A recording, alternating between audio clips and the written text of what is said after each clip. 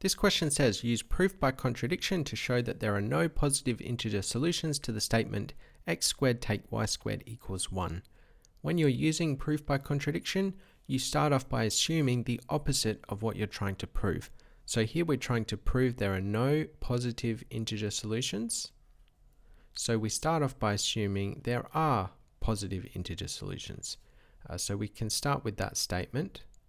Assume x and y are positive integers. This symbol means belongs to, z is the integers, and the plus means positive. So this statement literally says assume x and y are positive integers. And then let's look at this expression. We can use the difference of two squares here, which I made a video on yesterday. So we can rewrite this expression as x plus y and x take y equal 1. Check out my video on the difference of two squares if you're not sure how I came up with those two brackets. And then we have two integers that equal 1.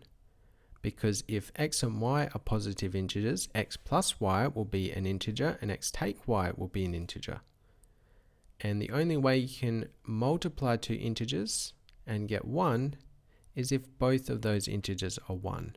You know, you can't do 2 times 1, that's never going to equal 1. So both of these numbers, whatever they are, they must equal 1. So then we can say, therefore, x plus y equals 1 and x take y equals 1. And then we could go ahead and solve these simultaneously in whichever method you prefer. So we could do it by elimination. So actually I should have written it like this. X take y equals 1. Then we could add them or subtract them. Either way, let's add them. So here we would get 2x and y plus negative y is 0, and then 2x equals 2, and then x equals 1, and then substitute that value into either of these equations.